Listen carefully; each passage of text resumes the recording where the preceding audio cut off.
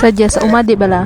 Hi guys, it's me again, Sheila May, ang babaeng panaobra, pero still in the end, wala pa rin kwarta. For today's video guys, updan nyo kami nga magtanom sa Loblo. Hello mga ami, for today's video, hindi anay duty sa office. Mananom kami anay subong. Wow!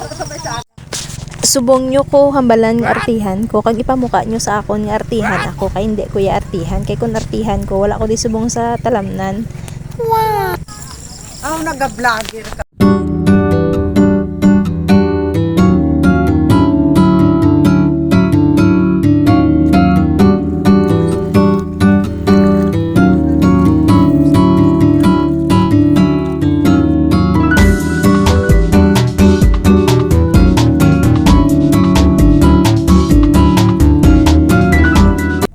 Panyagatan nyo, malipatan lang ang tanan, hindi lang ang pagkaon, kay ang pagkaon importante gid sa tanan, kay kapoy ta nga daan sa tuwad nga bilong nga adlaw. So panyaga ta guys, hala panyaga na kita, kag pertig nga hamalang ako niya, kag nagpa-cute ko dayon tapos kaon daw, cute gid.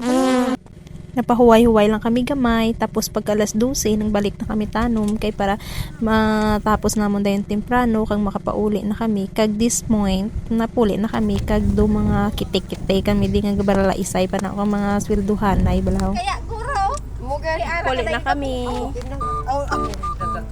Kasi hayan ay sa kanila. Ano pa kaya mo kaya aga po? Kita mo yung mga tsura karon sa Pagpapa kagid karon na. Dito ka. ano naman? Ano sa ito naman no? Hindi.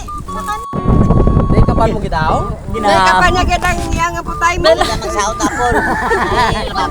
Ginawa yan. Hawak mo. Tinapay na sinilas na. Hawak mo. Tinuat na tinapay. Tinuat na. Kasiga to.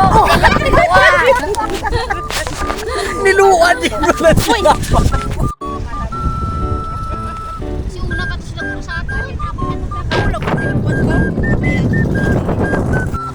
Tapos pag marami ka saruro tao, pagkasana po na eh. Sige, na cellphone ko ba?